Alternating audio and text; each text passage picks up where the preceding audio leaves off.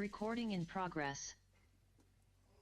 All right, good evening. I call our meeting today for June 2nd, 2025 to order. The time is now 7 o'clock. For all of you that are able to, please stand for the Pledge of Allegiance. I pledge allegiance to the flag of the United States of America and to the republic for which it stands, one nation, under God, indivisible, with liberty and justice for all. All right. Make sure all of our mics are on, please. Amanda, do you want to take roll, please? Councilmember Rounds. Here. Councilmember Dowdy. Here. Councilmember Hall. Here. Councilmember Freimark. Here. Councilmember Houston. Here. Councilmember Friend. Here. Councilmember Burke has called out this evening. Motion to excuse Councilmember Burke. Second. We have a first and a second. Ms. Hogan?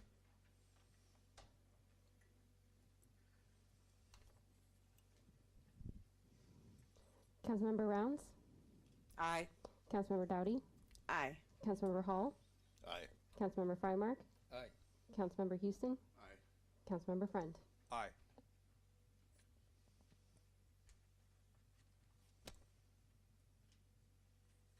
All right. Next item is swearing in of our new officer. I see him here and his family. Welcome this evening. Chief, come on up, sir.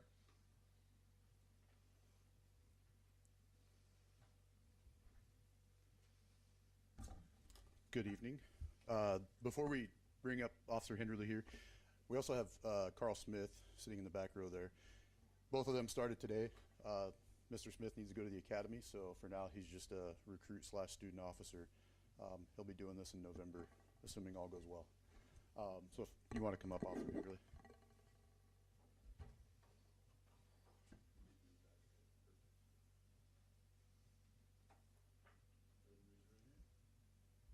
I state your name. I, Christopher Hinderlie, Do solemnly swear and affirm do solemnly swear and affirm that I will support the Constitution and the laws of the United States, that I will support the Constitution and laws of the United States, the Constitution and the laws of the State of Washington, the Constitution and laws of the State of Washington, and the laws of the City of Woodland, and the laws of the City of Woodland, and that I will faithfully and impartially and that I will faithfully and impartially perform and discharge the duties of police officer perform and discharge the duties of a police officer to the City of Woodland for the City of Woodland according to law, according to law, to the best of my abilities. to the best of my ability. This is only the fourth time I've done this, so of course I'm supposed to stop you. The mayor's going to want you to take some photos. if you want. Absolutely. Oh, and he has his badge, so if you want to, I'll hold that for you if your wife wants to come up here. Or you Come on up and come on, kids. Go see Dad. She'll go ahead and pin his official badge on him. Stick it straight in. Officer Hinderlie will be starting his field training within the next 2 weeks, so he's already been to the academy and leaves us with one last opening to hopefully fill sometime between August and September if everything goes well. Get in there, family. This is your time.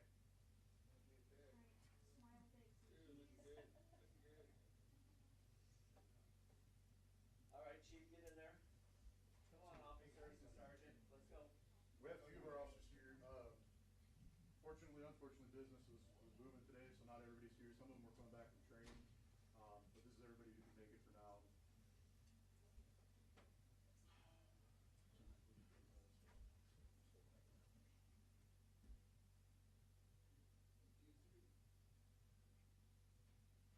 All right. Thank you very much, guys.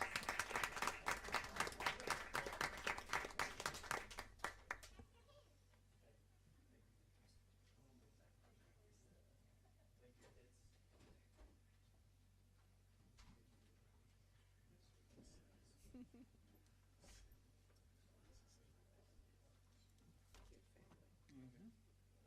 Next item here is citizen communications for items not on the agenda. I have one item here, is Keith. Come on up, sir. Thank you. 17 days till Planners Days. I'm really excited. We're all ready to go.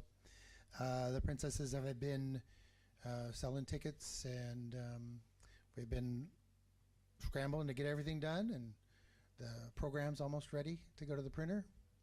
And everything else that everybody else should need should be on the website. But if you have any questions, I'm glad to answer those now. What day is Planners Day Bingo? Planners Days Bingo is on Friday. Okay, thank you. Yep. Friday at 6, I think they put it. Are you Yeah. saying Friday, the week, The or the same Friday? week, Friday. Yep. That's the reason she's asking. Friday the 20th. Okay. Okay. Yeah. The school has it as the 14th, so Saturday the 14th. Oh, It's been on all their communication as the 14th, so I just wanted to That's- clarify. imaginary bingo, I suppose, for that night. Anyway, yeah, it's the 20th. And the museum garage is stacked with prizes, completely full. The group that works for the volunteers of the museum, which I am too. I'm doing other things a lot of times, but yeah, they're working real hard to get everything done, and we're going to work on the landscaping next. We've got And somebody. it's at the high school. Yeah, it's at the high school.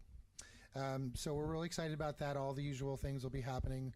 We're excited for our beer garden, the parade. Have tons of people signed up for the parade. Yeah, it'll be a good time, though. I'm expecting better weather. Excellent. Any questions from council or community members for Keith? Additionally, I think the raffle tickets will go for sale at like True Value and a couple places. They won't be in the banks, but they'll be for sale in the public just 2 weeks before. So in a few days, I believe. Okay. And at the event. Excellent. Anything else? All right. All right, thank you. Thank you, sir. Any other individuals? Ms. Butler.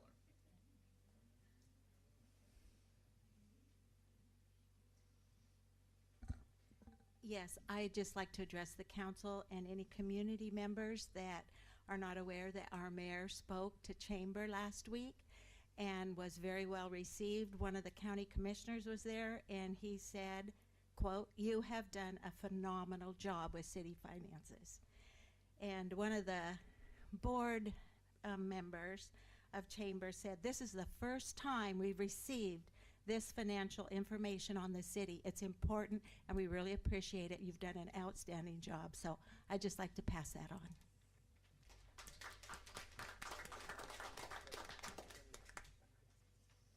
Thank you, Ms. Butler.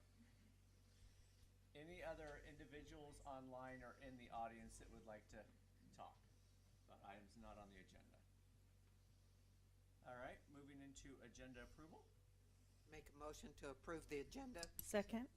I have a first and a second. Any conversation from anyone on council? Ms. Hogan? Councilmember Rounds, Aye. Councilmember Dowdy, Aye. Councilmember Hall, Aye. Councilmember Frymark, Aye. Councilmember Houston, Aye. Councilmember Friend. Aye.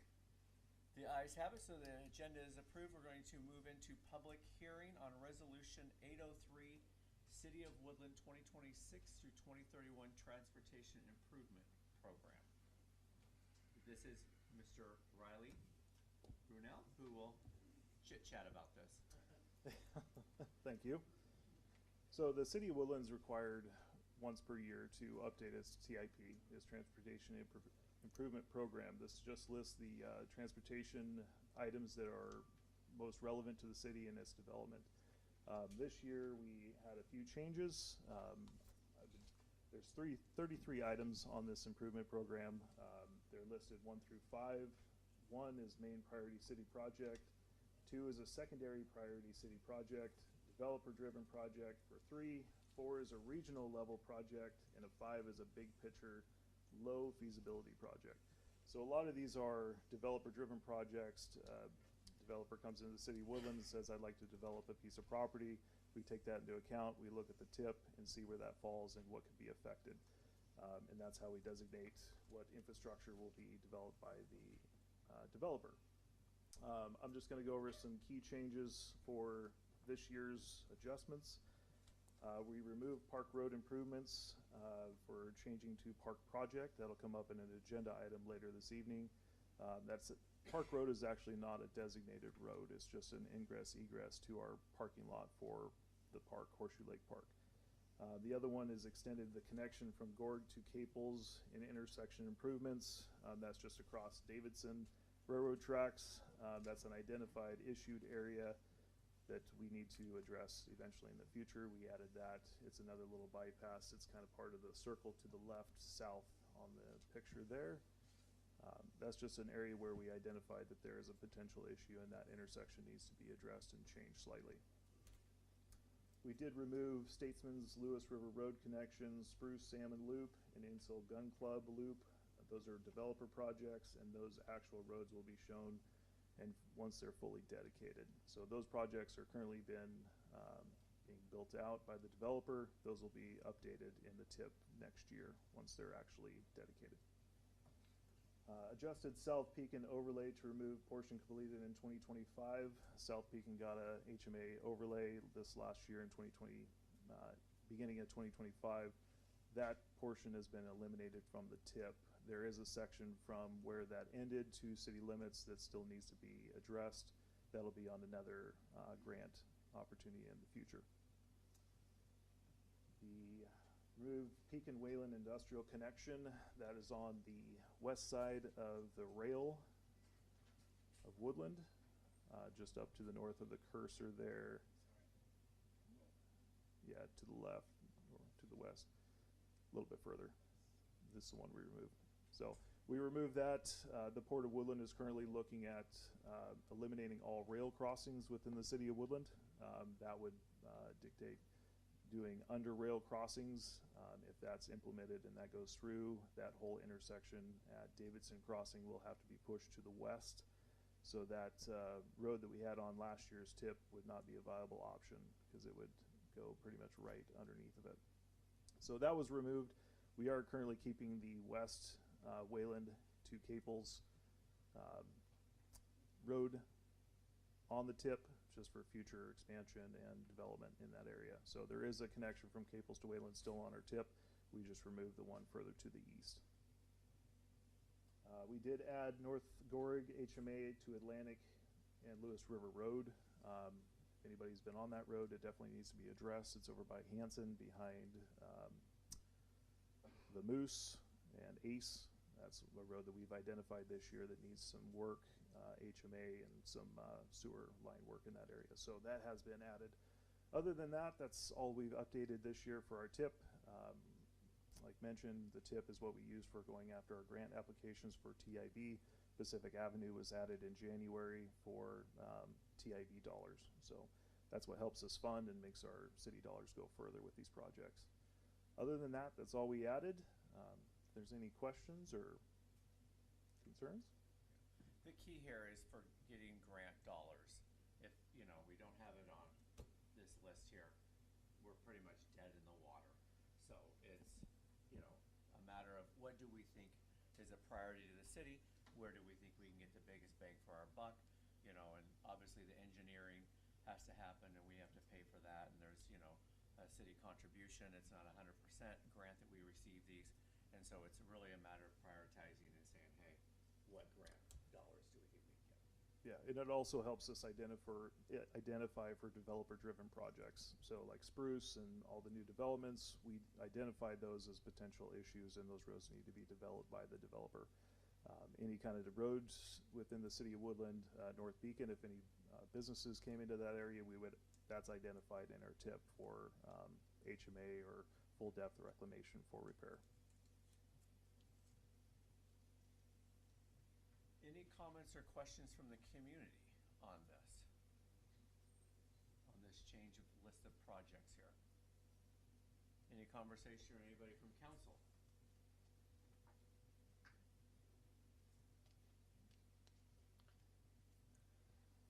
So is this just roads or is this also sidewalks?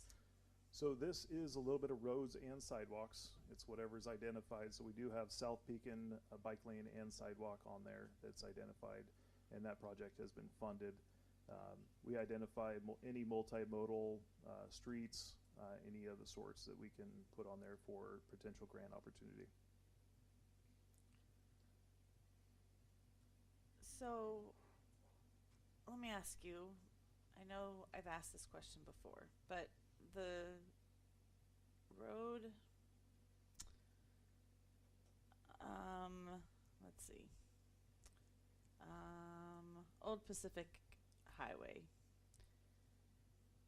like heading from East Scott by the police station towards like Walmart and the high school. Sidewalks on there, we have some, but not all.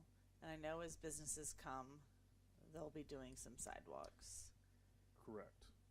And that's the only way we're going to get sidewalks to go all the way. So that is a way we can identify those projects for sidewalks down Old Pacific Highway for developer-driven projects. If it is a viable option in the future to go after grant funding for sidewalks in that area, we will go after that opportunity. But we base our grant applications off of what is going to score the best per Okay. year.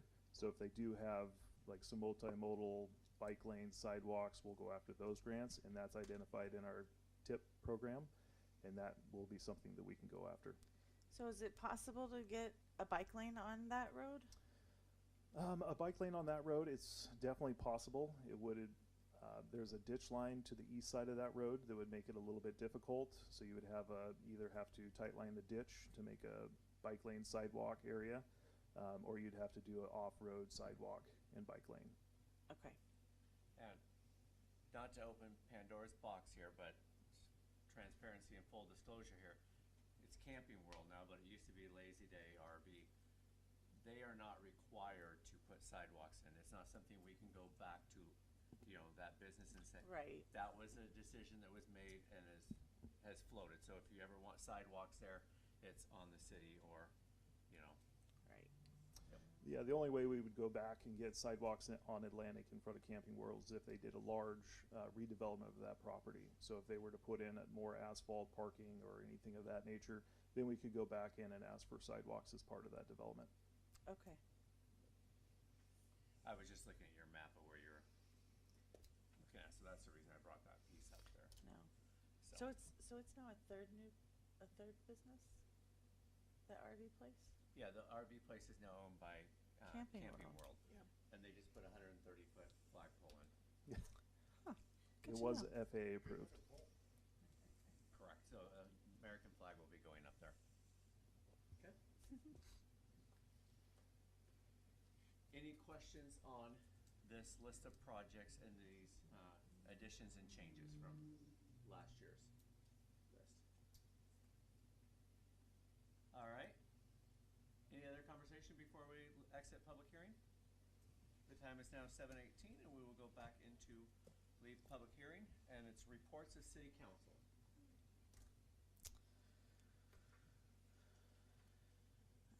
This week kicks off the beginning of seniors' lead up to graduation.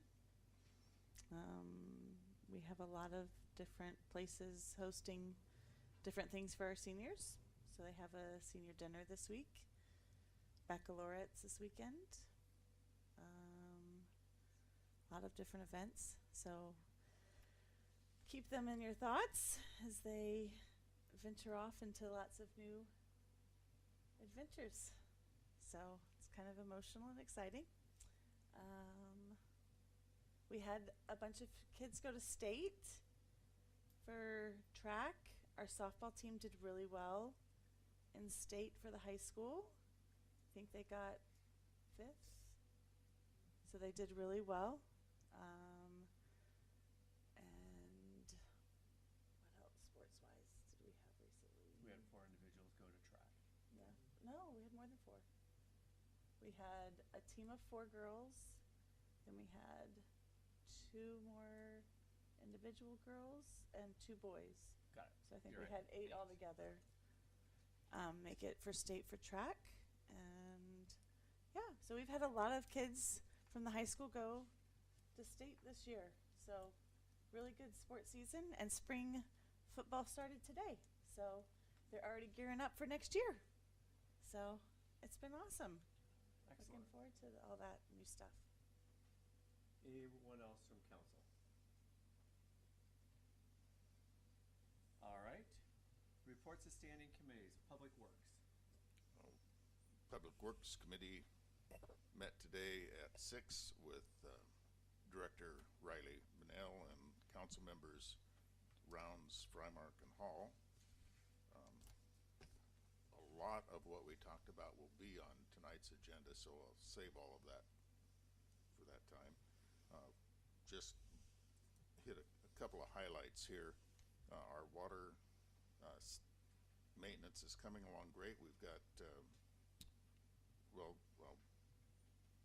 the filters have all been painted. We've got one that's in the process of being finished, and then they'll be done by the end of the month. Also, our new water reservoir will be completed this summer. Should be on by September. So we've got that coming. We keep saying we don't have any water complaints. We did have a water complaint this month, but we took care of it. What happened was there's a line that runs past a house, and we had to flush the hydrant at the end of that line in order to freshen the water up, because it does get, it's not unpotable, but it is maybe unbearable smell. So we did fix that. So if you do have a complaint, we do address it, and Riley's right on top of those. As far as the sewer system, we've been able to just about double the distance between servicing the lift stations by adding a new detergent to break down the grease that accumulates in those things when they're in operation. The grease floats and has to get broken down, so we added that. But they're in good order. The streets, you've seen some of the curb painting and the pothole repair. We do have a sweeper that we're going to be running through the month, and so everybody should be aware and watch for closure signs on your street, because we'll have to have access to run those sweepers through. We're going to do it ourselves, and we're using a couple of other local entities too to help spread the cost on that. The school, I think, and was that it? Just the schools? Yeah. So. As far as our facilities, everything's pretty much on track that we've been working on. The Civic Center should be open by Planters Day, so that's good news. That's a couple weeks, 3, I guess.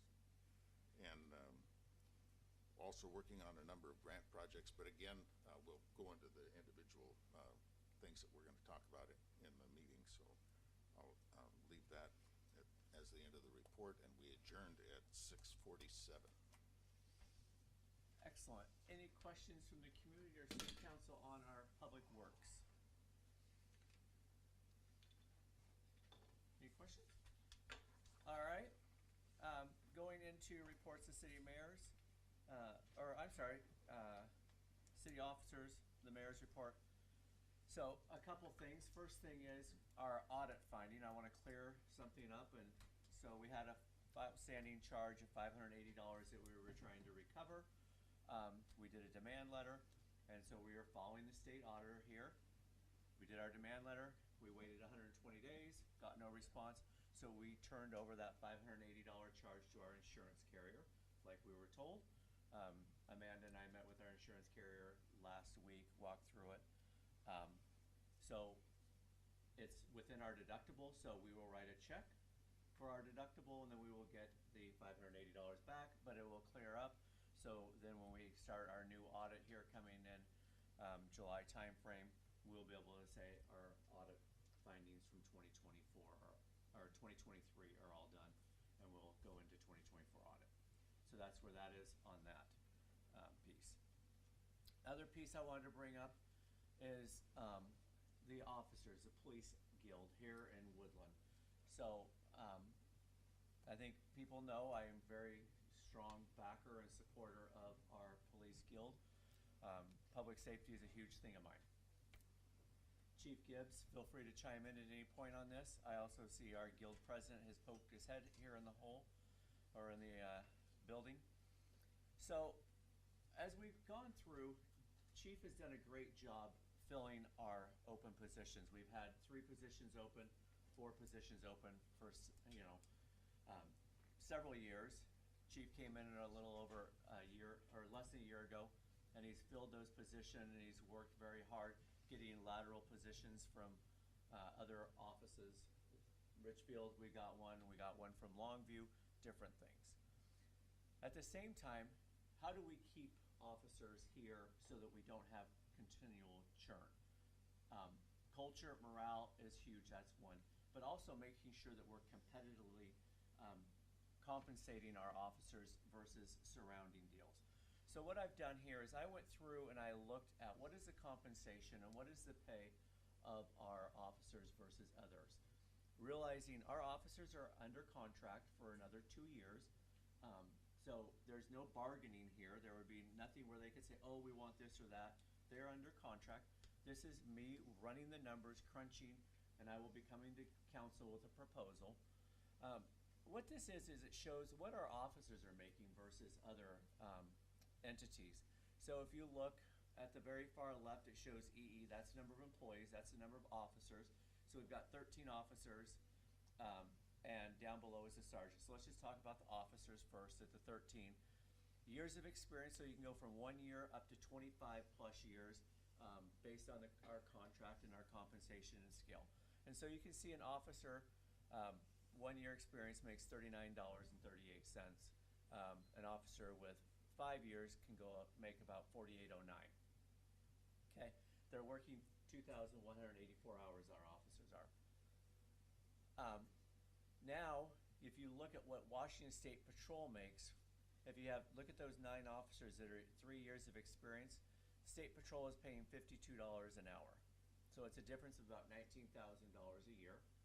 At the same time, if you go over to Ridgefield, they're paying about $45.86 an hour, and those officers are working 2,080 hours a year instead of 2,184. A little bit less work requirement, and they're making $5,120 more. If you go to the Clark County Sheriff's Office, this is where the conversation starts. You can see they make out of the gate a little bit less than us starting work. But however, they're getting $10,000, $20,000 bonus payments that come on. So again, you have officers that come here, they want that, they're making more than the Clark County. But here's where it flips. If you get to that 6-year tenure, it starts to pay more to go back to the county. So again, I'm not into older, younger. That is not what Todd is saying here with our officers. I'm just saying, if you look at what our police force is here in Woodland, of where we're at, you can see 9 of our officers are in that step 3. And then if you compare against Clark County, the Sheriff's Office, it's very much a similar conversation here. So as you look at what Chief is up against here in the next 2 to 3 years, it's how are we going to retain those officers? And then if you go down below to the sergeants, you can see we have one sergeant who's in a step 1 who's been here, $52.79 an hour. If he was, at Washington State Patrol, he'd be making roughly $37,000 more. If he was at Ridgefield, he'd be making about $8,800 more. But Clark County and Cowlitz County a little bit less, depending on your sign-on bonus in those. Then as you go to the 6-year to 10-year and you add in a little bit of longevity, you can see that it's quite a bit different here. Chief and I have looked at his budget, tried to figure out what we can do. Later on tonight, you'll see that we do have a new clerk treasurer position. It's not a new position, it's in the budget, a new individual. In the budget, we didn't know if our previous treasurer, Gina, was going to be here, if we're gonna have someone to cross-train and backfill. So we have that, there. I will be coming back with a proposal where I feel strongly, and I think that we need to offer our officers additional compensation to, one, retain, but also to keep what we have going here. Chief brought up tonight and said, we have 1 position left. This is his 4th that he's done. He's done a great job, but again, if you look at some of these pay and what we're asking these officers to go do, like Chief said earlier, it was a busy night tonight. I had a community member already come to me about what was going on out there. These individuals are risking their lives to keep us protected. And so, for a difference of $75,000, $100,000 to our full city, if we look at our total budget and finding dollars, I think we can do it. I will be coming back with a proposal. We had a swearing in tonight. I knew there would be some officers here. I wanted you all to know what I've been looking at and crunching numbers. Comments, questions, I will open it up to community members or city council on thoughts. I'm not asking you to approve anything because I didn't bring anything here, but I just want to know if you think I'm smoking crack or. Well, my feeling is if you're gonna put all the money into training them, you wanna keep them, because that costs a lot of money to train them. So, I'm all for trying to crunch some numbers and get the amount up of some. Yeah, and like Chief said, that new officer that was sitting in the back row, he'll be into the academy. We pay for that. So that individual we're paying to send him to the academy. He's not doing a ride along with one of these. He's not doing field training. He literally is at the academy. You hate for him to come along a year later, say, hey, thank you for, training me, and now I've gone somewhere else. Douglas. Yeah, I would agree with you, Mr. Mayor. By the looks of this, I didn't realize it was that bad. I would certainly support putting another $100K or so into that program, maybe a little bit more. Make it happen. Yeah. And I'm not saying anything that the officers are going to be surprised by, and Chief and I had dinners and breakfast and lunches several times and talked about this.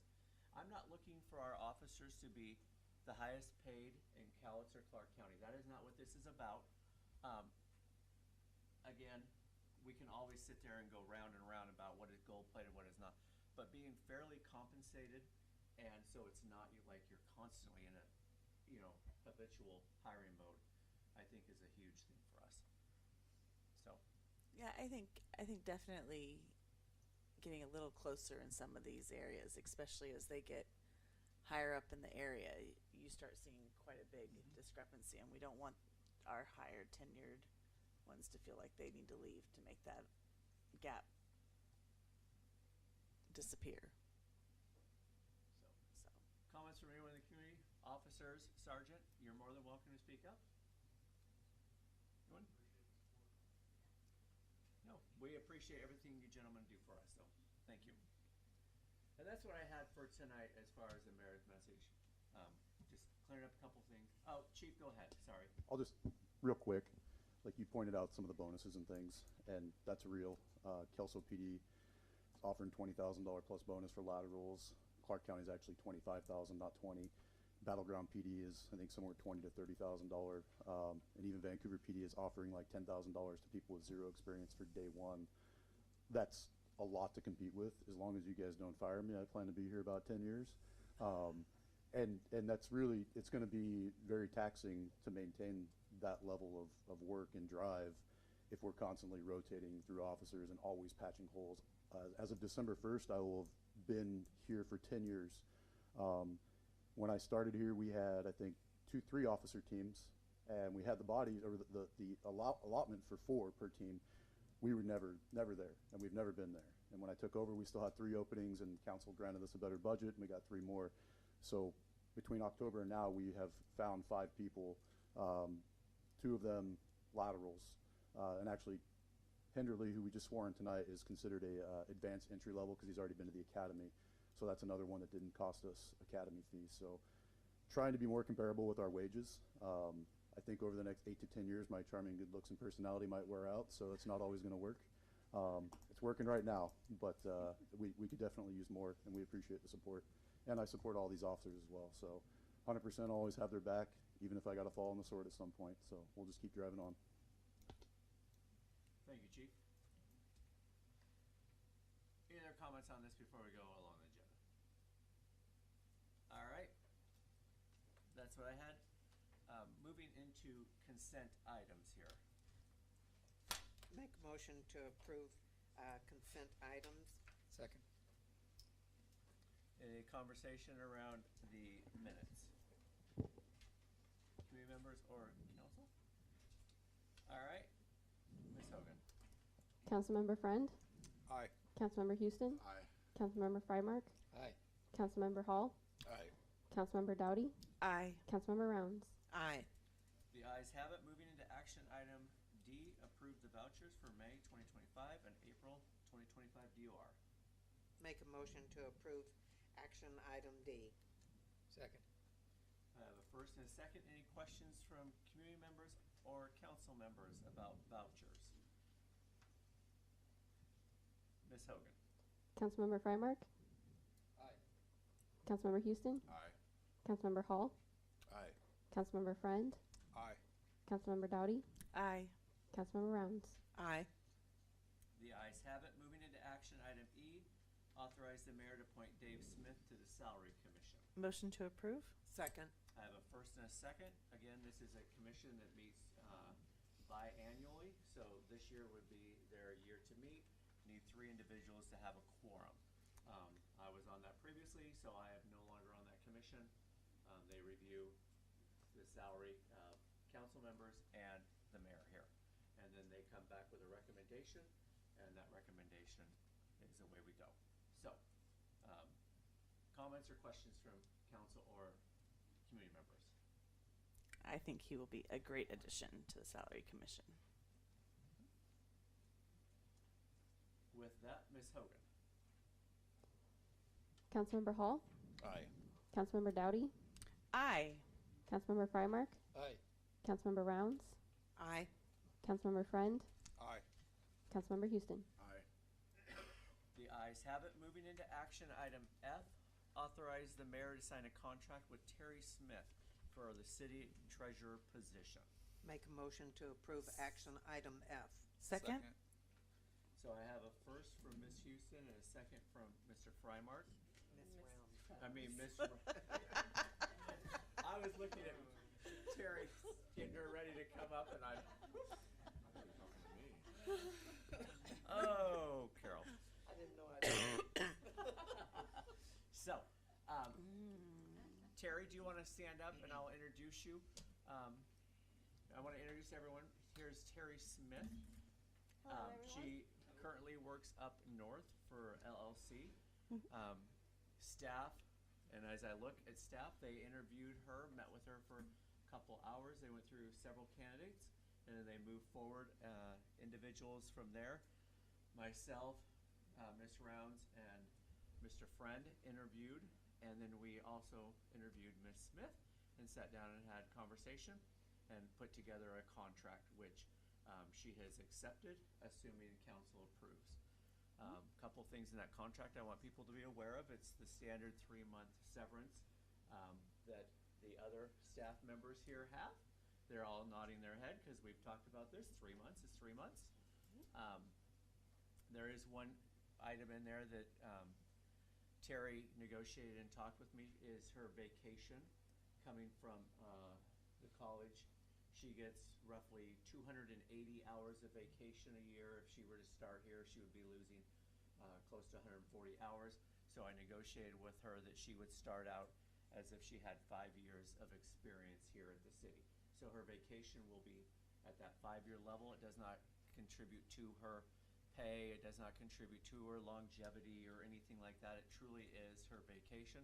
So for the first 10 years, or I'm sorry, the first 8 years, because at the 8-year step it goes up, she will be at the 5-year piece.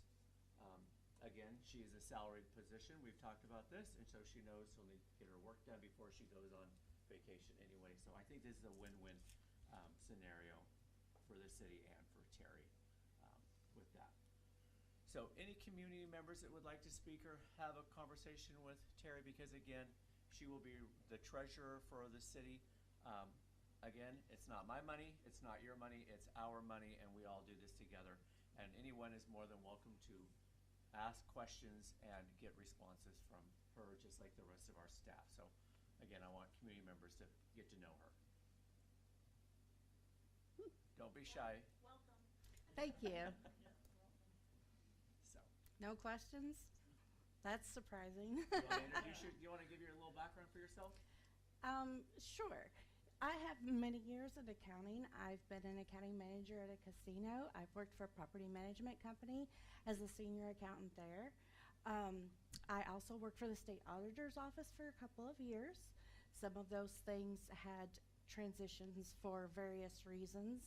I needed to find something to be a little bit more time at home with my kids. The state auditor's office at that time was traveling. position, so it wasn't really working out with teens. They were good kids, though, trust me. They just needed mom, I thought, when they got past the toddlers, but we'll move on. And the other areas that I worked at, they outsourced their accounting. So the moving around brought me to here where my son-in-law's at, and my daughter and them live here, and they live down in Richfield. I spend a lot of time here in Woodland with my granddaughter, or Richfield. We're in one of the two places every weekend. So I love the area. It's beautiful, and I am very knowledgeable for accounting and can dig in to find all the little dots that are wrong. That's one of my fun times. I really enjoy stuff like that. So if you ever have questions about anything, you can always ask. I'll find you an answer. Thank you. I look forward to working with her on numbers and crunching this stuff. So, anyway, welcome, Terry. Questions or comments from council on the contract or with this? I was just going to say, I think she's going to be a great addition to the city, and so welcome aboard, and we're glad to have you. Thank you. So- I appreciate that.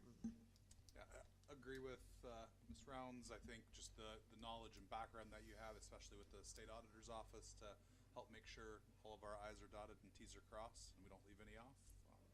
Excited to have you. Thank you. Thank you very much. And she'll be starting at the end of June. All right, with that, Ms. Hogan. Councilmember Friend, Aye. Councilmember Houston, Aye. Councilmember Hall, Aye. Councilmember Dowdy, Aye. Councilmember Frymark, Aye. Councilmember Rounds. Aye. The ayes have it. Welcome to the city of Woodland, Terry. Thank Look you forward all. to having you. Congratulations. I appreciate it. Thank you all very much.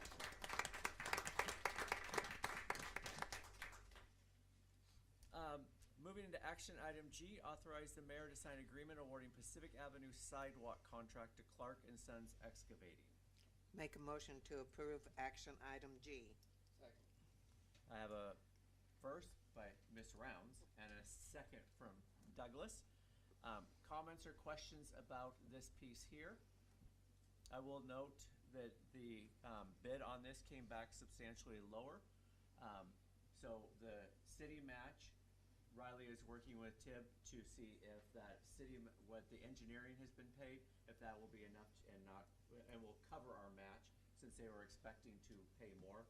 The TIB grant was, so a little bit of negotiations there, because it was expected to come in around $200,000, and when we opened envelopes, it was substantially lower. So, any questions or comments? Ms. Hogan? Councilmember Rounds, Aye. Councilmember Dowdy, Aye. Councilmember Hall, Aye. Councilmember Frymark, Aye. Councilmember Houston, Aye. Councilmember Friend. Aye. The ayes have it. Moving into action item H, authorize the mayor to sign a contract with HHPR to provide engineering design for improvements to Park Road.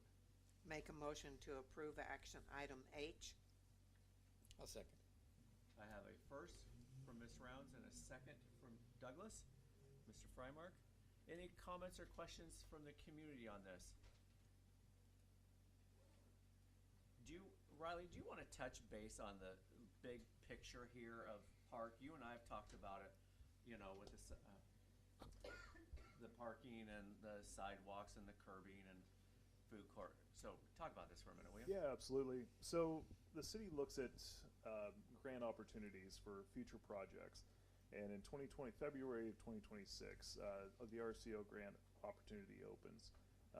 This project would allow us to go in, and Park Road we've identified, looking at the tip, that Park Road is actually not a road. It's an ingress-egress to our parking lot.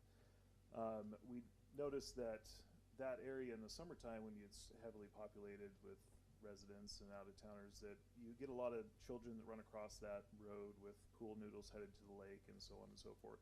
So we really identified a safety aspect there that we really need to build in and get the potential engineering done so we can develop an actual parking lot with parking stalls and things of that nature. And then we kind of expanded that option into, well, we need a restroom at the east end of the park next to the skate park area, because we do spend a lot of money every year on porta potties, and they're not the most sightly object down at our park.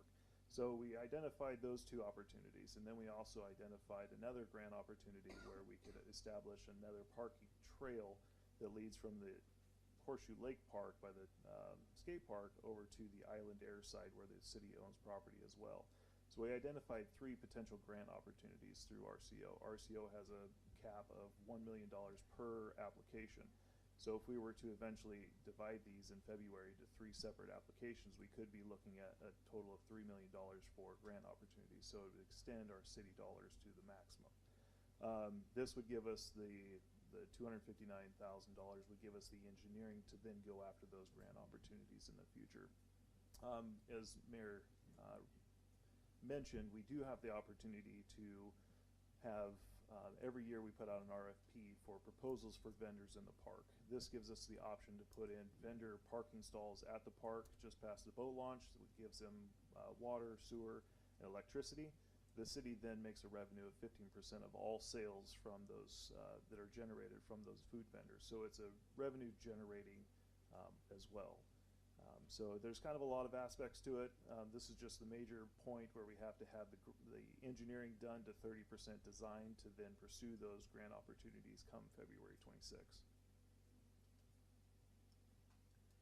It's a long, oh, go ahead. Yeah, I was just gonna say, there's obviously money savings with the restroom thing alone. That's a lot of money that we're putting very out for porta substantial. potties that we won't have to. And there's the money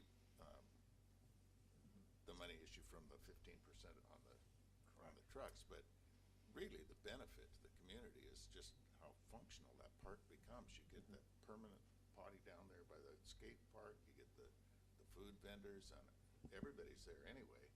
And then over time we get this, what is turned into a parking lot, fixed so that it's safe. Kids can come and go and whatever. Yeah. I mean, just the overall appearance of it and the functionality of it for the sake of it, the community is. And this is a conversation Riley and I've had, when he came on is, what do we want Woodland to be? And we can get into, growth and housing. I mean, but at the end of the day, we can all agree Horseshoe is, the crown jewel of Woodland here. And when people pass by on I-5, we want to be known and be seen, oh, look at that beautiful park down there. So if we can have a paved parking lot with a bathroom and just have it tidied up down there where it truly is, wow, look at that place down there. That would give a different visual and a different, perception of Woodland. And so Riley, has done a good job here laying this out. That's why we came back with, the different scenarios and getting the engineering done so that we're ready and we can go in for grants next year. So that's the whole key here is the vision, the long-term vision of Horseshoe Lake. And a lot of it, I'll kind of reiterate, a lot of it's a safety factor, but a lot of it also extends around the ADA accessibility. So we do, we want to make these park amenities accessible for ADA compliance. Restrooms, trails, things of that nature. We want to make those amenities available for those as well. And those will also score higher on our grant applications. So, any questions or comments about what we're trying to do with this here and doing the engineering work? With that, Ms. Hogan? Councilmember Rounds? Aye. Councilmember Dowdy? Aye. Councilmember Hall? Aye. Councilmember Frymark? Aye. Councilmember Houston? Aye. Councilmember Friend? Aye. The ayes have it. Moving into action item I, authorize the mayor to sign a contract with HHPR to provide engineering design for North Pekin Road water main. Make a motion to approve action item I. Second. I have a first and a second. Any conversation or questions from community members or city council about the North Pekin Road water main?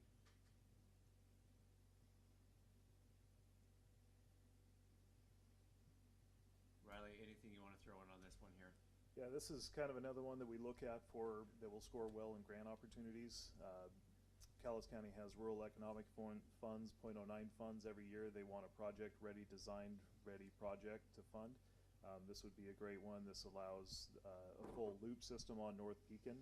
There's kind of 2 dead-end lines that come in there, and this gives us a full transition. It helps with fire flow and redundancy throughout the city. so we can feed water both directions. This would also score well when those funds come available next year. Questions or comments? Ms. Hogan? Councilmember Rounds, Aye. Councilmember Dowdy, Aye. Councilmember Friend, Aye. Councilmember Houston, Aye. Councilmember Frymark, Aye. Councilmember Hall. Aye. The ayes have it. Moving into action item J, authorize the mayor to sign contract with Natural Selection Farms for hauling and beneficial use of biosolids. Motion to approve? Second. I have a first and a second. Questions or comments on this contract here? This contract has been here before. We are just modifying it slightly with them. And they are doing our hauling now. So any questions or comments? Ms. Hogan? Councilmember Friend, Aye. Councilmember Frymark, Aye. Councilmember Houston, Aye. Councilmember Hall, Aye. Councilmember Dowdy, Aye. Councilmember Rounds. Aye. The ayes have it. Moving into action item K, authorize the purchase of a new 2024 F-550 truck for the shared use between water, sewer, and street departments. Motion to approve? Second. I have a first and a second. Any questions or comments from community members on this? Again, this is one of those things where it's sitting on a lot. A 2025 would run well over $100,000. This is something Riley has seen, had conversations with, and we can get it for substantially less money. We had employee appreciation days here 3 weeks ago when we served them burgers, and I had conversations with the employees and asking them, hey, what is one of those things that would improve? It was overwhelmingly this truck here for snow plowing and the four-wheel drive and all of that. And they're like, you know, Dinehart, you don't appreciate what the four-wheel drive will do in the snow plow versus our two-wheel drive sliding around out here and putting chains on. So. Especially getting up to the water tower. Exactly, and that's what they were brought up. So, listened to them, went back, crunched some numbers, and that's where we're at here. So, any questions or comments? We have an item in the budget, or how did we get there? So, go ahead. Yeah, so this will be split 3 ways. It'll be split through the street department, water, and sewer department. So the street department is funded through our general fund at the beginning of the year. We will have funds set aside for the already dedicated funds for 2025 for this in that department. The other funds will come out of water and sewer. Those will be part of the assessment charges for reserves. Yep. Any other questions or comments? Ms. Hogan? Councilmember Rounds, Aye. Councilmember Friend, Aye. Councilmember Frymark, Aye. Councilmember Houston, Aye. Councilmember Hall, Aye. Councilmember Dowdy. Aye. The ayes have it. Moving into action item L, ordinance number 1573, amending ordinance number 1469, WMC 13.04.230, consumer complaint meter test, first reading. Make a motion to approve action item L. Second. I have a first and a second. Any questions or comments from community members?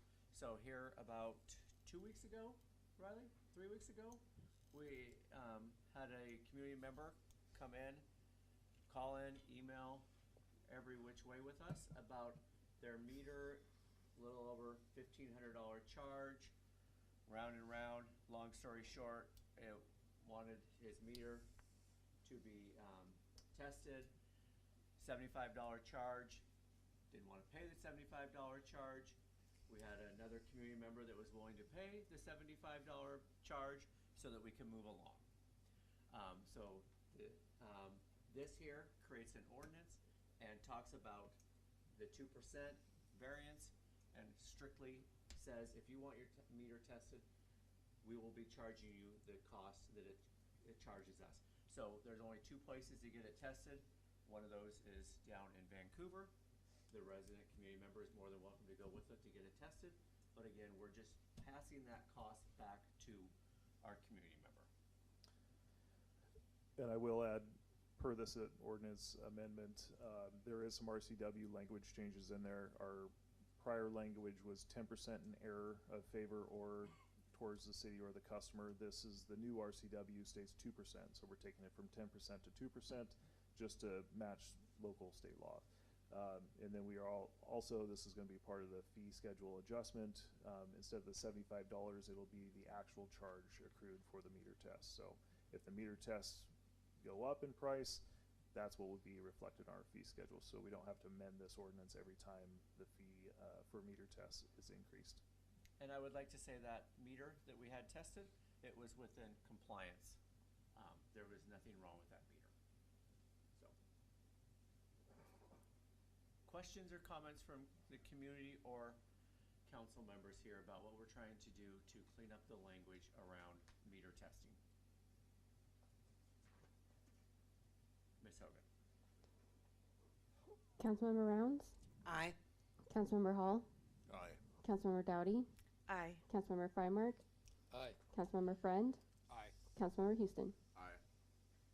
The ayes have it. Moving into action item M, ordinance number 1574, amending ordinance number 1537, WMC 9.52.150, regarding acts prohibited in parks. First reading. Make a motion to approve action item M. Second. I have a first and a second. Any questions or comments from community members before I open this up to council? This here is around the park. Let's go back here 11 months. Our park currently is open. The hours on there say dusk or dawn to dusk. It is open. So interpretation on the dusk, on the dawn, piece of deal.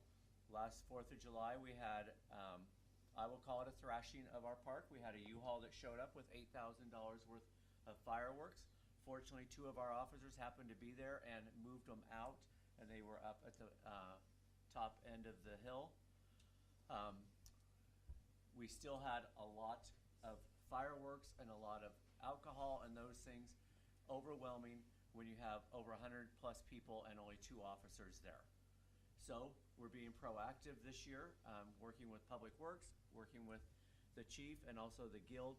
What makes sense to make it so that our park is not that way on the 4th of July, one day a year?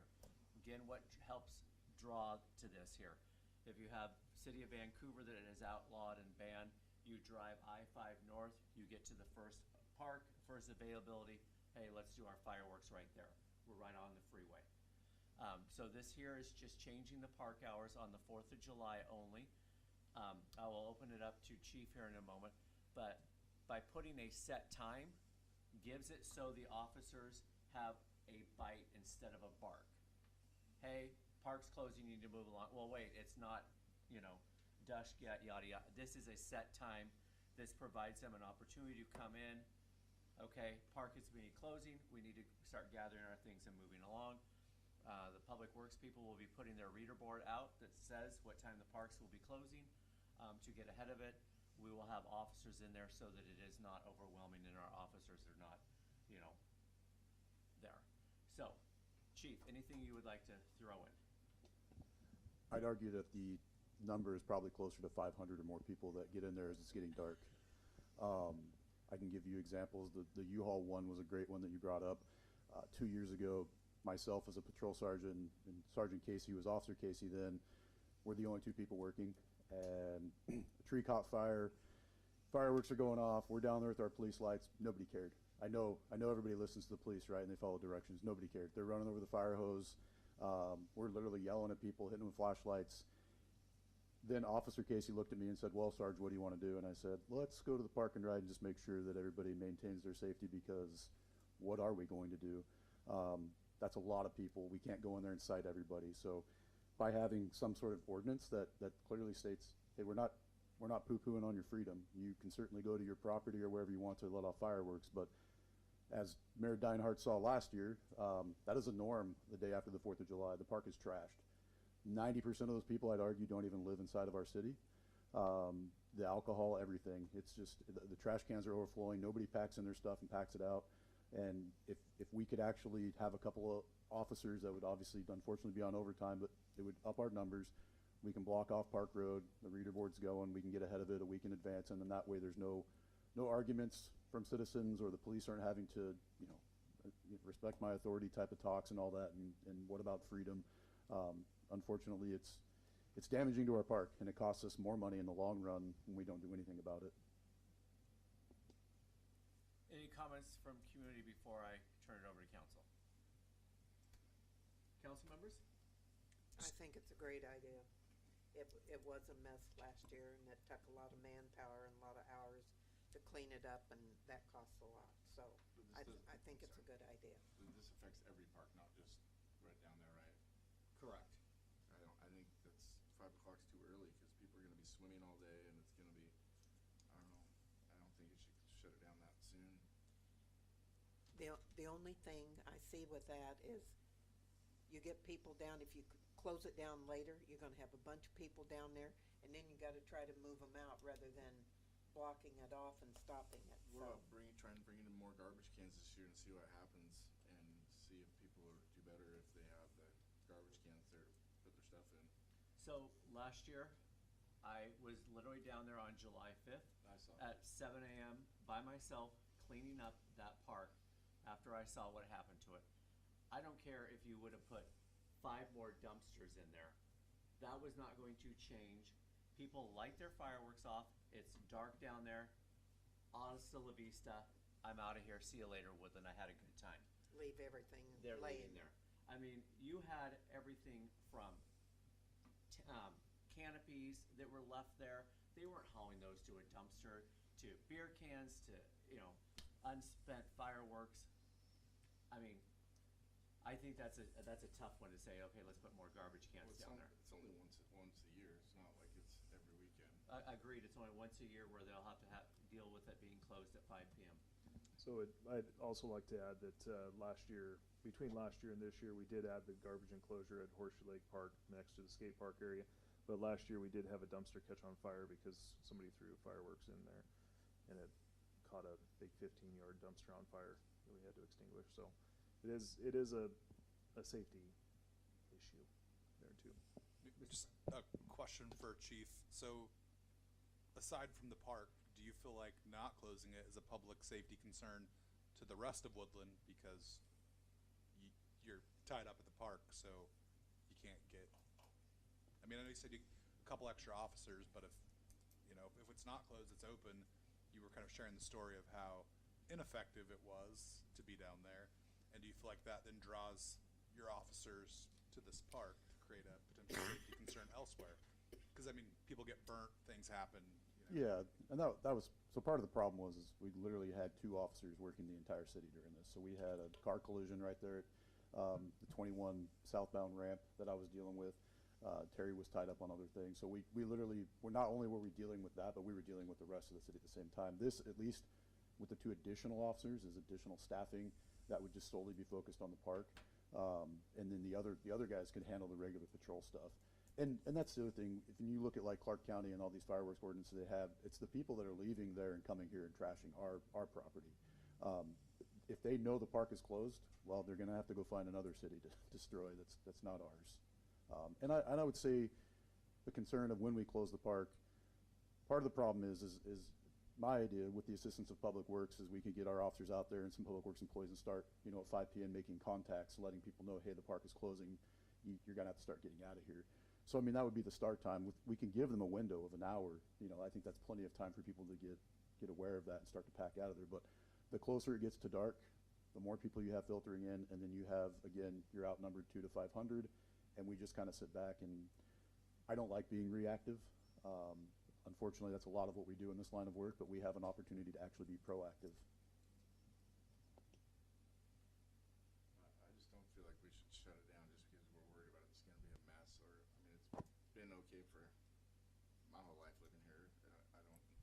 5 o'clock is just really early when there's going to be probably 1,000 people at the park that day swimming and barbecuing, and to tell them all to get up and get out of there by 5, it seems. Yeah, we'll have reader boards there in the morning, so when they show up, we'll put it on social media as well. They'll know in advance. 4th of July. But that's 5 o'clock that's is your every park in town. So if you're down the street at the other park with your kids, you're gonna have to leave at 5 o'clock at every park in the city. That seems. I don't think our other parks are equipped for people to be letting off fireworks. We've never had issues at the other parks. It's literally Horseshoe Lake because of how open it is and how attractive it is to outsiders. Yeah, but it reads that all city parks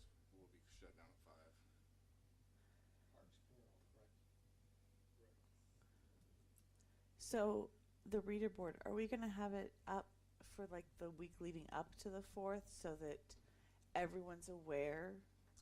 Correct. Well, we will have it posted on Lakeshore Drive where everybody can see it the week prior to the Okay. 4th of July, so everybody will be well aware. We'll have it posted on our Facebook that the park will be closed for the 4th of July at 5 p.m. And I think that as long as we have enough time that we're giving people to say, hey, if you're okay and you know that it's going to be closed at 5, if you want to be out later, then make other plans. And I think that is what my concern with this was, like, hey, don't expect to be out till and watch fireworks from the lake. But if we're giving people plenty of time, like, I think this is okay as long as we're making the arrangements with enough notice. Why not do it where, keep it open like normal, but no fireworks allowed down at the park? That's already been a rule and they don't abide by it, so. When has it been a rule? It's always been a rule. Fireworks are not allowed in the park. And neither is alcohol, and they do it anyways. That happens every weekend though, alcohol. Well, that's a separate problem I think we need to address. And just because I'd support this simply because our Director of Public Works and our Chief of Police think it's a good idea. I think there's going to be some dissatisfaction among the citizenry, probably a lot outside of the city, but, you know, I think we got to take safety first. And then we should just I've shut seen the too many exits close down calls. and shut it Too many down. trees almost get on fire just in general, and I think this is a good idea. You know, I've seen too many trees catch fire. So we have the fire department. Okay, I hear a first and a second here. Ms. Hogan. Councilmember Rounds, Aye. Councilmember Dowdy, Aye. Councilmember Hall, Aye. Councilmember Frymark, Aye. Councilmember Houston, Nay. Councilmember Friend. Aye. The ayes have it. Moving into action item N. Resolution number 803, City of Woodland 2026 through 2031 Transportation Improvement Program. Make a motion to approve action item N. I have a first and a second. This goes back to our public hearing earlier. Any questions or comments that have come up in the last hour following that public hearing from community members or city council?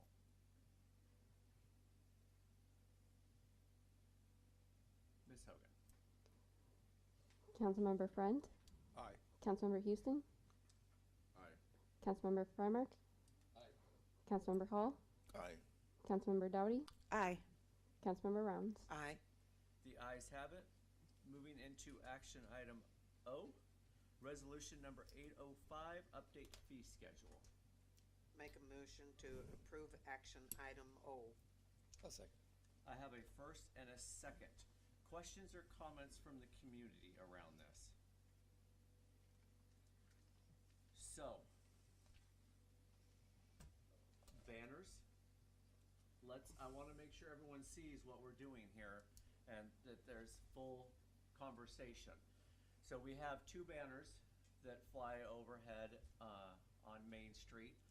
One coming into town, one as you get before the crosswalk or the railroad crossing there. So you have two. Right now, you can pay to put those banners up. Anyone is allowed to. It's kind of a first come, first serve. You get it for 14 days. Lilac Gardens, Little League, Woodland Co-op, Rotary has had it. Again, it's anything and everything is allowed. There is nothing, as a city, we can say yay or nay. You come in, you pay your fee. Thank you very much, I'll put a banner up. This here is now changing that.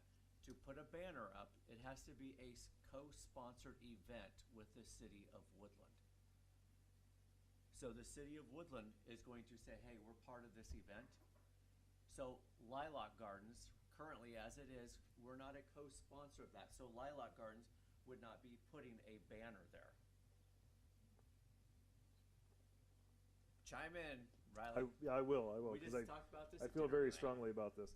So this fee schedule, updating the actual fee schedule, is just taking the banner application out of the picture. So you no longer contact the city, fill out a banner application. This is only for city-sponsored organizational events.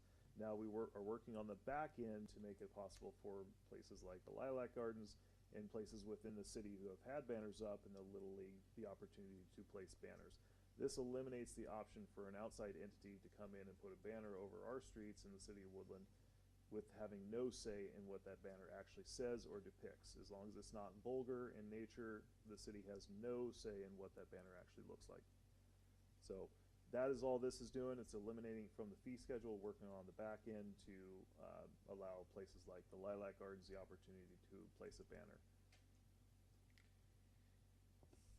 And again, this Okay. takes those banners and, I mean, fire away. So I understand what you're trying to do, because I understood when you started to say that anything could go up, and that was my concern. But I have a hard time approving this without already having something in place saying that the ones that currently are already able to go up, having something written that says they can go up too. Figuring out how we can. Yes, Yeah. I have a hard time approving it, saying only city-sponsored things can go in it. So it's the same thing about it, like an ordinance. So you pass an ordinance, and then what that ordinance doesn't cover, that's what the city policy covers. So that's in lieu of. So this is taking the fee off of the resolution, making it possible for the city to then make internal policy that will cover what can go up and what does not go up. So this paves the way for us to adjust internal policy to make those adjustments.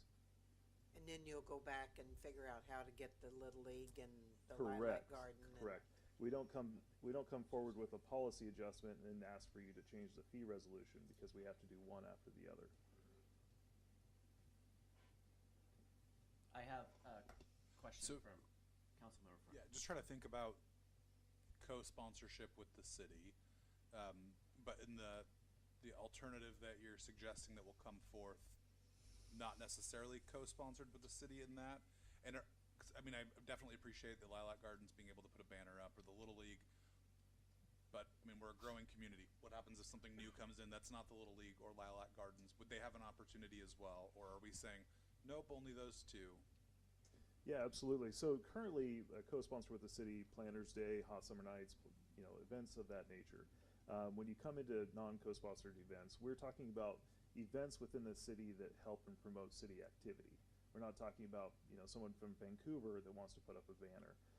Those events, that's what will be written into the policy of city-driven entity that's promoting city-driven projects or events of that nature. Other than that, we're eliminating all aspects of outside entities promoting things on city Woodland streets. Yeah, So it's like very this- much about community here. I mean, So would like the Snowflake Bazaar be able to still put up their sign? Once they get, once we they get. do, correct. It'll It's still be a first community-wide. come, first serve, 14-day banner application.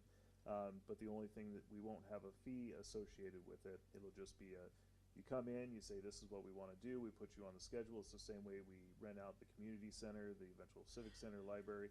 It will be a 14-day period. You come in, you say this is when I'd like my banner up. You give us, show proof of what the banner says, how it's going to be displayed. The city does not pay for the banner to be installed or taken down. That is done, the group or the project that's putting up the banner, they pay for that directly through the installers. And then we just approve and give them a time slot. We don't approve what it says, the font, we approve nothing other than you paid, put it up. Yes. What's the anticipated time frame for the next piece of this to come? Are we thinking next council meeting? Where are you at with that? So when it comes to internal policy, that'll be something that we design. That's not something that actually comes to city council for approval. That's something on the back end that we create and have as a city policy. So when do you think that would be? I guess I'm just thinking about it in terms of what Ms. Dowdy said earlier. Yes, we would have to approve this for you to put that policy in place, but we've also not seen the policy, so that's just a question. Yeah, absolutely. The policy would be created within the next week and would be our applications on our city calendar would not skip a beat. Everybody would still be in the same timeline. All this does is eliminate the banner application fee so we can move into a policy. The same applicants that are on there currently throughout the same same time, same part of the year, will still just keep on going as they are now. You just won't have that banner application fee. It'll literally just be a note on the calendar for whatever event that is for the 14 days or longer. And that application fee, what we're losing here is less than $1,000 a year. So it's not big dollar that we're losing by getting rid of that application fee. Okay, so what you're trying to do is so that not just anybody can come and put one up. But with this new one, are you still approving? So we always approve the proof of the banner. So you have to send us a photo of the banner, what the banner is going to say. We approve it. It goes up as long as it's a community-involved event that promotes events within the community. Just So are you saying it's basically the same as it was, is how the new policy, but it'll be City-sponsored. written in the new, yeah, To protect policy. our I city. know, Yeah, I know. correct. My understanding is that we need to control some of the intent and content of these banners. We don't want outsiders from outside of Woodland coming up and saying something or advertising something or sponsoring something that might be inappropriate, controversial, too political, or if a terrorist group came in town and say, hey, I want to put up something up there, we need more city control over that. 50 years, I've never seen a Yeah. bad one up. Yeah, there's a 100%. First I've never time. seen it living You know, here I'm sorry, either, but it's a matter of being proactive here. that is. And It the only takes downside is one. We're losing, the downside is we're losing roughly $1,000 of revenue. So just one more question. So I'm thinking like today, future state. Mhm. Today, I open a new business downtown Woodland. People may not know it's there. I want to put a banner up to advertise my new business that's just gone in. That's okay today. Future state, are you thinking that's okay by policy or no? No. Because Business promotions would not be allowed. It would not be a I was gonna say, we've city-sponsored never done event that, have or we? an event that But- promotes an event within the city. today you could do that. Correct, yes. McDonald's could get a hold of us and want to advertise their new chicken nuggets, and that would be allowed. And I'm okay with that on their property, but I don't want a city banner because it looks like the city is sponsoring whatever content is on there. Correct. And that comes across to a lot of people more encompassing than it possibly could be. I'm 100% with you on this, Director. Do I have a question over here?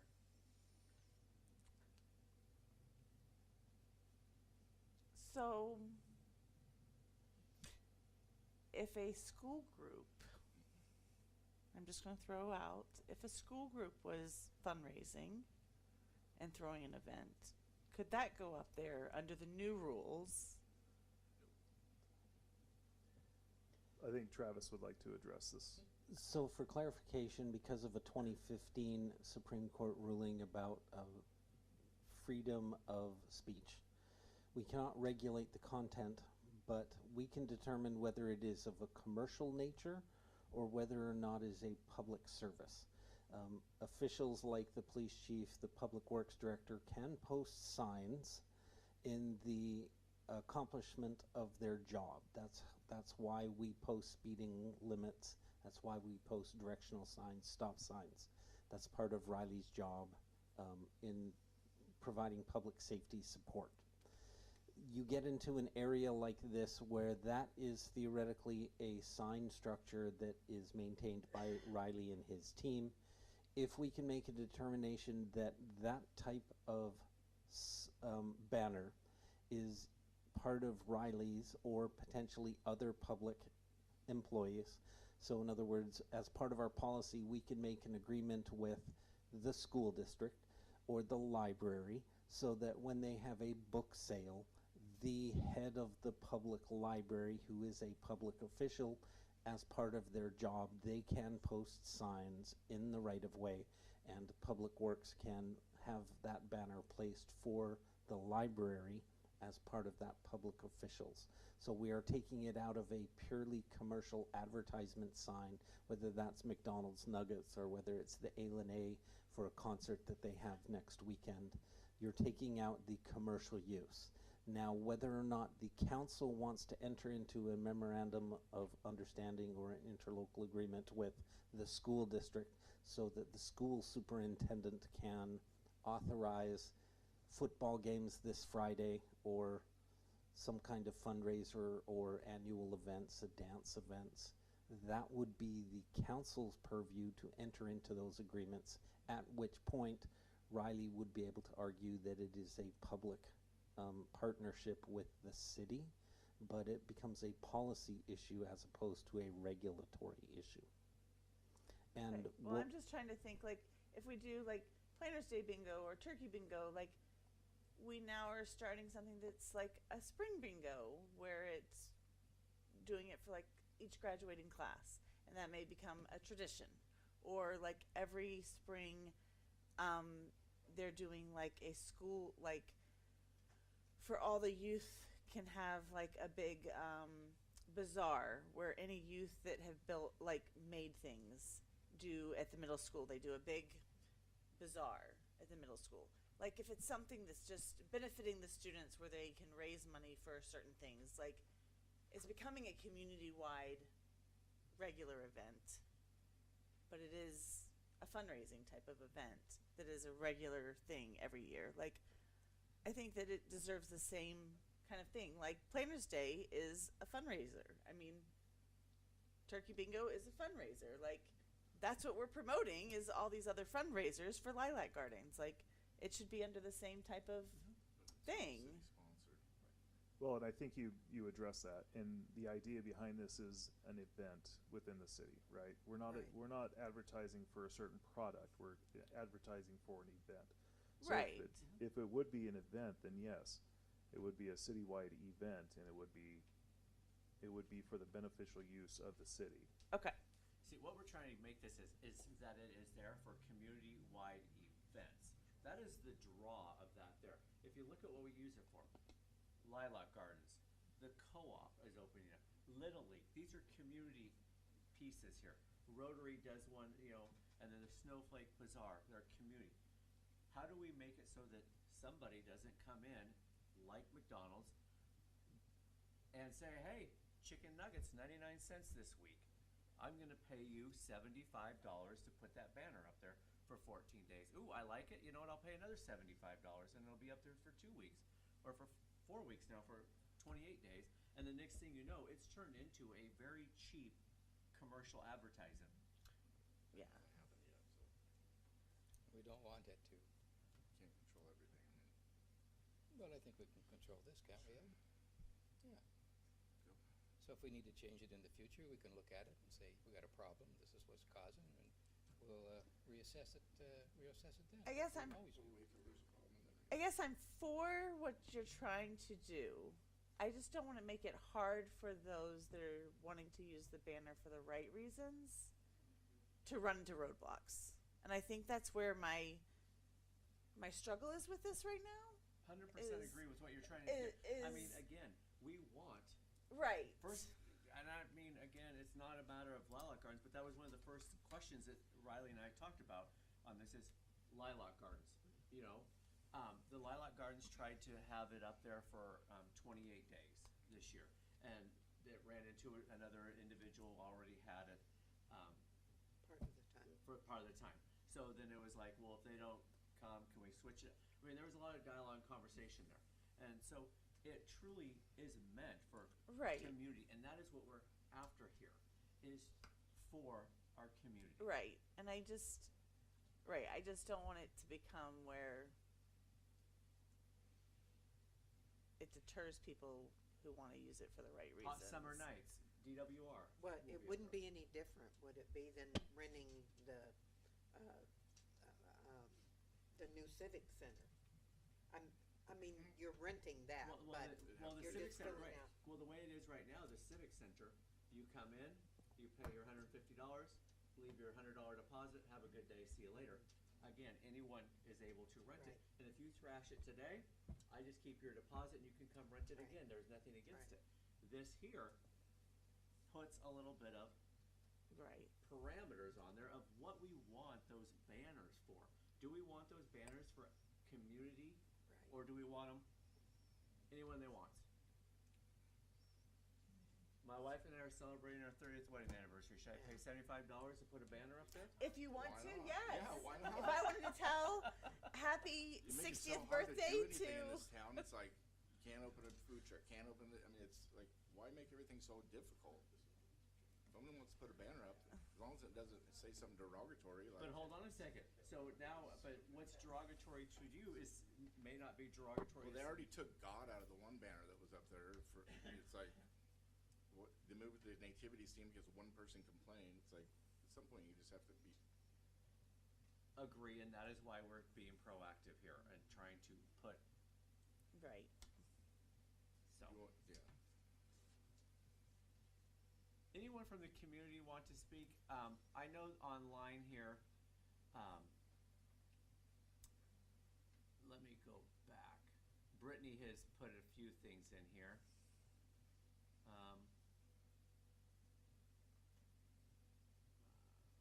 Has it ever been an issue? I don't know that it's been an issue with somebody putting something up there inappropriately. Brittany, it's one of those things, like I said, we're trying to be proactive.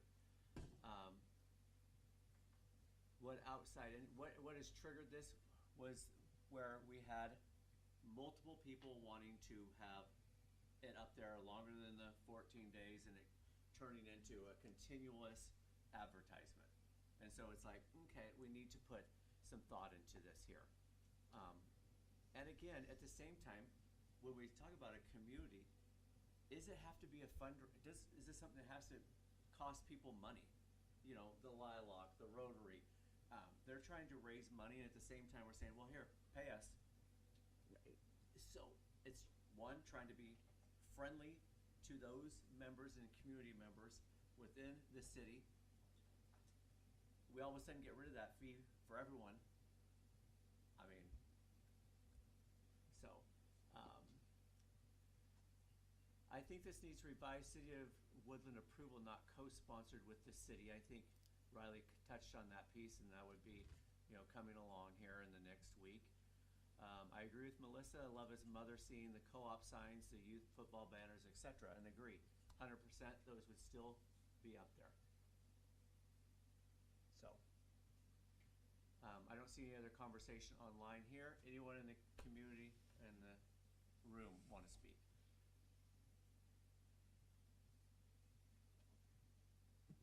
I'll just add that I think it's essential that we pass this.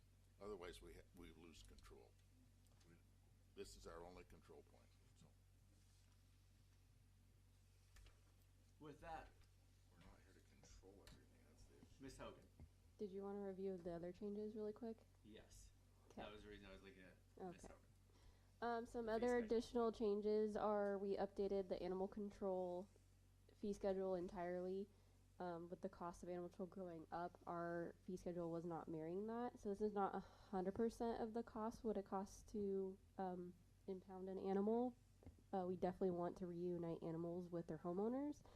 We don't want it to cost obviously an arm and a leg, so it's kind of a balancing act. Some other additional changes, we've now added the old library building as a facility rental. It's not online as of yet. It will be here shortly. So we're adding it to our rental list for now.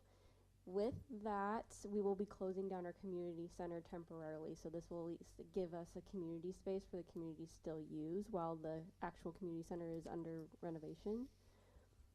Civic Center, that's not online yet, but we're adding the fee schedule here for that one as well. The other one we're looking at adding is 100 Davidson, just the garage bays themselves. And it's going to be just a short term, just during the summertime. It's not going to be an all year thing because we do use that facility for our water trucks to stay warm during the winter. Some other changes is firework permits. We had it in our fee schedule, but actually CCFR, since we've contracted them, they take care of it all. So this is just updating what their contract says. Some public work changes. We talked about the meter testing. It's going to be actual cost. Another fee that we've added is unauthorized water usage. We didn't have that before. Water or sewer connection dye test is going to be actual cost. And then we made some changes to our hydrant construction meter application and program a little bit to make it a little easier for everyone. We're doing it for water consumption. It's going to be actual cost, which is what the commercial rate is per unit. And then again, adding the unauthorized water use. So if we see construction happening and you don't have a meter rental application in place, we can go after you for misuse plus the usage.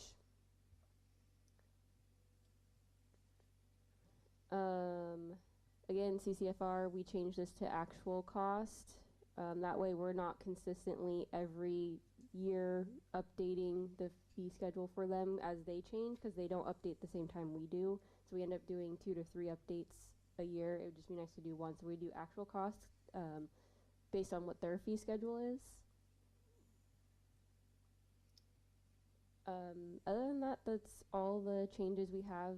Our fee schedule is slightly reformatted to make it a little bit easier to read than in the past, but no other additional changes. Any questions with any of those changes? The new Civic Center, want people to be aware that that fee schedule is on there. It's a $300 deposit plus a $200, so it is a little bit more than the other facilities. It also has a little bit less capacity, but again, a little nicer facility. So that's been added on there. Okay. Any comments or questions about the other items on the fee schedule? Anyone from council? I think it's just fine here. I've looked it over pretty closely, and I don't see any one thing that I would disagree with. Okay, with that, Ms. Hogan? Councilmember Rounds? Aye. Councilmember Dowdy? Aye. Councilmember Hall? Aye. Councilmember Frymark? Aye. Councilmember Houston? No.